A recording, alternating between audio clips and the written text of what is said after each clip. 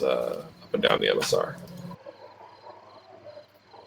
Objective 1 back at that camp showed us the power of vehicles' range. Right, those M2s have much better range than we do with ARM 27s, but it basically comes at the cost of sights. So using lasers and having a guy with a rangefinder walk those M2s on target can be invaluable.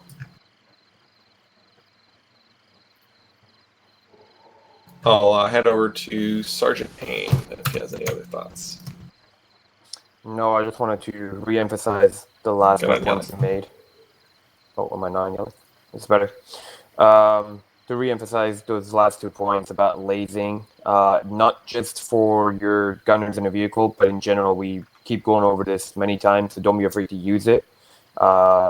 Laze up contacts when you see them, especially when we already get into a gunfight, they already know where we're coming from, so you're no longer giving away a position.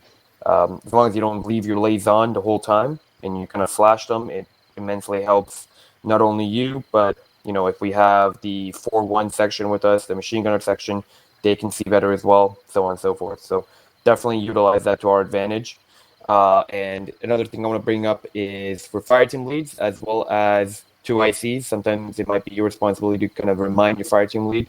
If you guys are moving into a target location and there's suppressive fire, whether from vehicles or from another fire team, make sure you're updating them and letting them know where you are, that you're moving in, and for them to shift fire accordingly. The last thing you want is blue on blue and not knowing where it's coming from, and then next thing you know, the whole fire team's done. So communication's key there. And 2 ICs, that's when I say it's your responsibility. A lot of times your fire team leaders will have a lot going on, especially when you're assaulting a position. So it's up to you to either call it up for them or remind them to call it up, so on and so forth. You got to kind of build that chemistry with your fire team lead on when to communicate what and when to remind them and when to kind of keep on top of things. So those are some of the things that you should definitely be practicing in fire team level things as well. That's it for me, though. Good job other than that. One thing that I hope was learned tonight is that hills are a bit overrated. Vehicles have a great height advantage, and move them right up against a piece of cover like a wall. It still gives you plenty of height to see over and suppress contacts. Skylining with a big target normally doesn't work out for us as well, so take it away. Alpha, anything to add? Good job tonight, guys. That's all I got.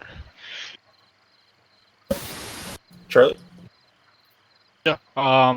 I think that last point you just made was one of the more valuable ones, that these vehicles can be great force multipliers, and then putting them on hills may seem like a good choice at first, but if you don't have that standoff distance we had for, I believe that was objective 1, we didn't have that standoff distance, those RPGs probably would have been a lot more accurate and probably would have hit us. They would have hit you if I was a Meteor Zeus operator. And if I wasn't in the vehicle that I was shooting at, then I definitely would have hit you. Anything else to add there, Paul?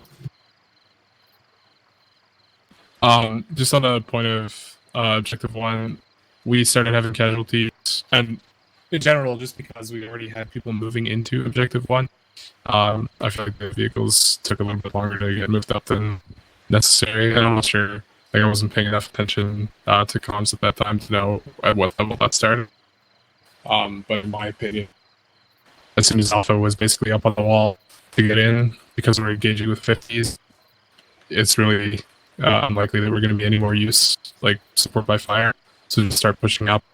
And also with, like, Cart ended up running on foot all the way there and made it there first, but it would have been there to provide that medical as well once they started taking casualties, if we started moving up a little bit faster.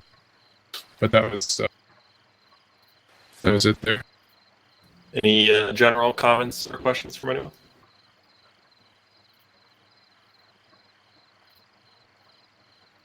All right, I'll say that a lot of improvement. We took one of those topics that we were really struggling with, and we decided to target it, and we'll keep doing stuff like that. And this will be 2 times as smooth and easy the next time we do it. So I'll be looking forward to that. And my bird is screaming, so that is the cue. I'll see y'all next time. Y'all dismissed. Thank you for Dude, the we're Follow not Alpha screaming. on my channel. Charlie, head down to Charlie once you disconnect. Okay.